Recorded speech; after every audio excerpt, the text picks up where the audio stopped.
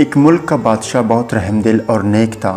وہ رعایا کے حق میں بہت اچھا تھا، چنانچہ تمام رعایا اس سے محبت کرتی تھی اور اسے خوب دعائیں دیتی تھی۔ اسی ملک کے ایک دور دراز گاؤں میں ایک کسان رہتا تھا جس کی یہ خواہش تھی کہ وہ اپنے نیک دل بادشاہ کی زیارت کو جائے اور اس کی خدمت میں کوئی تحفہ پیش کرے۔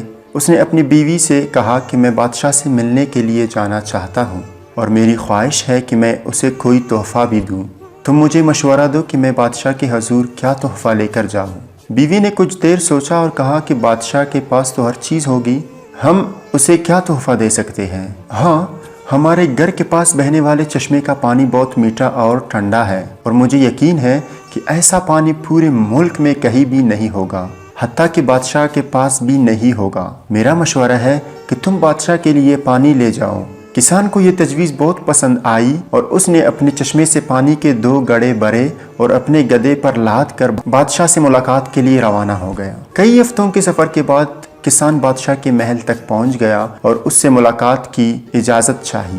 اجازت ملنے پر بادشاہ کو تحفہ پیش کیا اور اسے بتایا کہ یہ میرے گاؤں کے چشمے کا پانی ہے اور ایسا میٹھا اور ٹھنڈا پانی آپ کو پورے ملک میں کہیں بھی نہیں ملے گا۔ بادشاہ کے اشارے پر وزیر نے گڑھے کا ڈھکن اٹھایا تو کئی ہفتوں کے سفر کی وجہ سے پانی میں بدبو پیدا ہو گئی تھی۔ وزیر نے بادشاہ کی طرف دیکھا تو بادشاہ نے اسے خاموش رہنے کا اشارہ کیا اور بآواز بلند کہا کہ ہم اس تحفے سے بہت خوش ہوئے، اور خزانچی کو حکم دیا کہ اس کسان کے گڑھوں کو سونے سے بھر دیا جائے۔ کسان بہت خوش ہوا اور بادشاہ نے وزیر کو بلا کر چپکے سے کہا کہ پانی کو گرا دینا اور واپسی پر اس کسان کو اس راستے سے گزارنا جہاں ہمارے چشمے ہیں، تاکہ اسے علم ہو کہ ہمارے پاس پانی کے کتنے چشمے ہیں اور ان کا پانی کتنا ٹھنڈا اور فرحت بخش ہے۔ چنانچہ جب کسان کو انعامات دینے کے بعد ان چشموں کے پاس سے گزارا گیا تو وہ سمجھ گیا کہ اس کا تحفہ کتنا حقیر تھا، لیکن بادشاہ نے اس کے حقیر تحفے کو بھی قبول کر کے اسے انعام سے نوازا۔ چنانچہ اس کے دل میں بادشاہ کے لیے محبت و عقیدت اور بڑھ گئی۔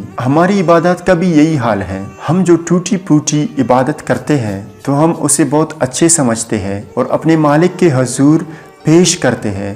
ان عبادات کی حقیقت معلوم ہونے کے باوجود وہ مالک الملک نہ صرف ہماری ان عبادات کو قبول کرتا ہے بلکہ انعام کے طور پر پیش بہا ان نعمتوں سے بھی نوازتا ہے۔